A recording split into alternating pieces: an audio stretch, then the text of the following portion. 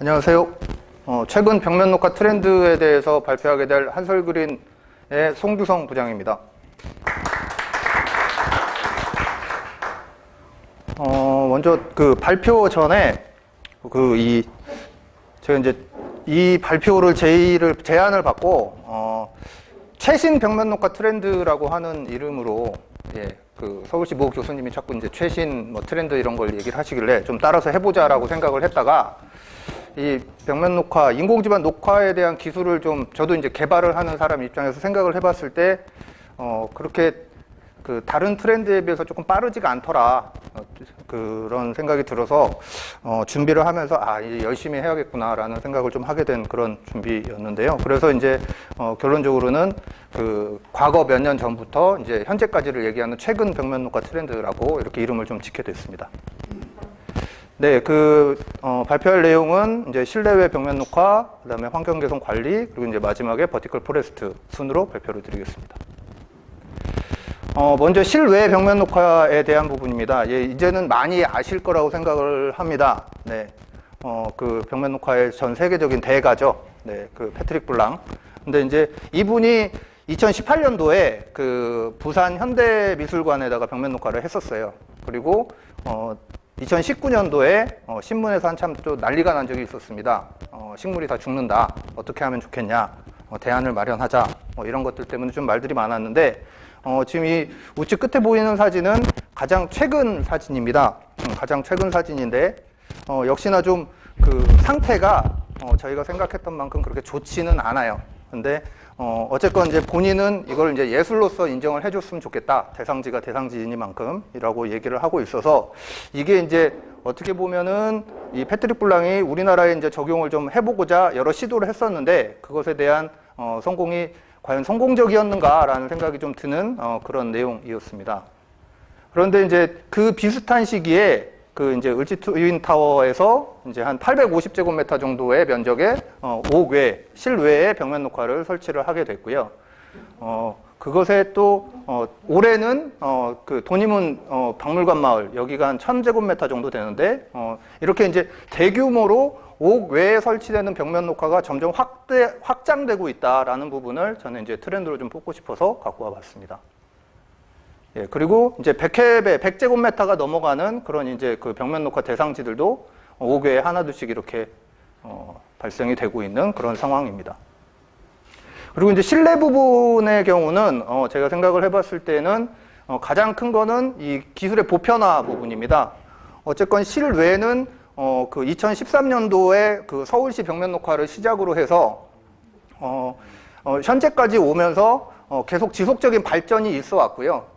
그 지속적인 발전 가운데 이제 이런 대규모의 벽면 녹화나 아니면 이런 이제 공면이나 기둥과 같은 다양한 대상지에 적용할 수 있는 벽면 녹화 같은 것들이 많이 이렇게 이제 기술 개발이 돼서 특히나 그 업체별로 큰 기술적 차이가 없는 그런 상황이 지금은 되었다라고 생각이 됐습니다.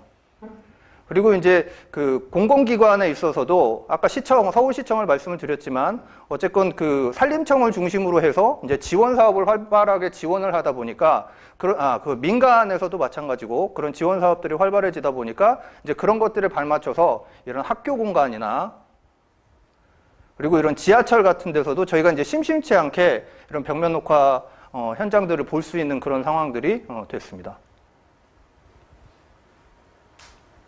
네, 그리고 이제 저희 관련 업체들한테는 그나마 좀 가뭄의 단비였습니다. 올해 그 산림청에서 지원했던 스마트 가든 사업과 같이 정부에서 지원하는 사업들이 점점 더 하나씩 둘씩 늘어나고 있습니다. 이 얘기는 결국에 그 처음에 그러니까 처음에 시범적으로 설치를 했었던 실내 벽면 녹화 같은 경우는 이제는 정부 지자체에서도 이런 것들을 지원해서 경관적인 부분이나 환경적인 부분에 개선을 해야겠다라는 그런 생각들을 이제 하나둘씩 하고 있는 것이고 내년 차에는 이 부분에 대해서 상당히 많은 사업들이 좀 진행이 될 것으로 그렇게 예상이 되는 바입니다.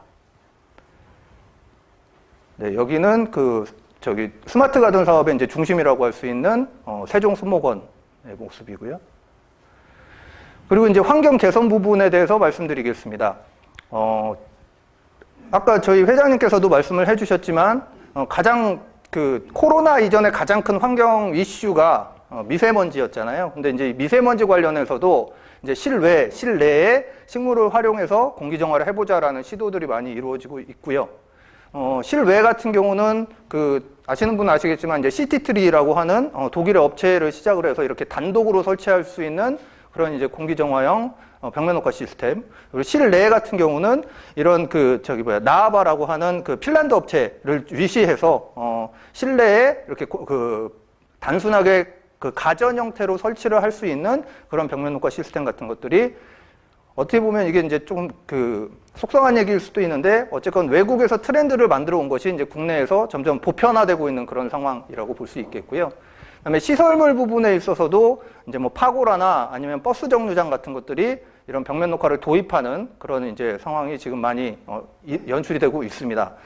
그래서 이 중간에 보이시는 이 안은 현재 이제 서울시에서 서울시 중앙차로를 변경을 하겠다라고 할 때 대표 안인데요. 거기에도 벽면 녹화가 이렇게 반영이 되어 있는 걸 보실 수 있고, 저희가 테스트해 본 결과로도 이렇게 벽면 녹화에 미세먼지 저감 기능이 어느 정도는 있다라는 부분을 확인을 했습니다. 그리고 이제 벽면 녹화가 다른 인공지반 녹화와 가장 큰 차이점은 포트에 gat혀 있다라는 부분인데요. 그러니까 식물이 포트에 갇혀 있다라는 부분인데, 이제 그것을 역으로 생각하면 관리를 하기가 다른 인공지반 녹화 방식보다는 조금 유리하다라는 그런 생각을 할 수 있습니다. 그래서 거기에서 벽면 녹화를 자동으로 관리할 수 있는 시스템에 대한 부분의 개발도 이렇게 이제 IoT를 활용해서 개발이 되고 있고요. 예, 그리고 이제 마지막으로 버티컬 포레스트입니다. 이 부분은 어떻게 보면은 이게 벽면 녹화냐, 옥상 녹화냐라는 부분에 이제 조금 의문이 생길 수 있는데, 근데 이제 저는 아무래도 건축물의 인면에 식물을 어떻게 도입할 수 있을 것이냐라는 방법에서 발전이 됐다고 생각을 해서 이 버티컬 포레스트도 저희 트렌드로 넣어봤습니다. 그래서 이거는 이제 뒷부분에 저희 부회장님께서, 김진수 부회장님께서 말씀을 또 해주시겠지만, 어쨌건 이 스테파노 보엘이라고 하는 이태리의 건축가가 이 이산화탄소를 저감하고 맑은 공기를 건물에 사람들한테 공급하자라는 취지에서 이렇게 이제 숲을 건축물에다가 도입하는 그런 기술들을 같이 적용을 한 그런 건물의 사례고요. 네, 이렇게 조성된 모습, 그다음에 조성 중인 모습, 조성 후 실내의 모습입니다. 그리고 이거는 이제 2016년에 설치가 됐는데, 완공이 됐는데, 16년 9월의 사진과 그다음에 18년 9월의 사진입니다. 이게 보시면 심어져 있던 식물들이 어느 정도는 안착을 해서 잘 자란 모습을 확인하실 수 있습니다. 그만큼 성공적이라고 할 수 있겠고요. 이제 그 성공을 발판으로 삼아가지고 이제 중국에 이 부분은 이제 저희 김 대표님이 조금 명과 암에 대해서 설명을 좀 자세히 해주시겠지만 중국의 지금 이런 더 거대 단지에 대한 계획을 지금 진행하고 있는 그런 중입니다. 그리고 이제 국내에서도 비슷한 그런 사례들이 이렇게 이루어지고 있습니다. 네, 보신 것 같이 이게 이제 벽면 녹화라고 하는 게 아직까지는 완성된 기술의 형태는 아닙니다. 지금 계속 진화를 하고 있고, 그런 와중에 특히나 이제 우리나라의 이 환경에 맞춰서 최적화되고 있는 그런 단계라고 생각이 되는데요. 지금 보셨던 그런 기술의 이제 완성을 위해서 노력할 수 있도록 최선을 다하겠습니다. 네, 감사합니다.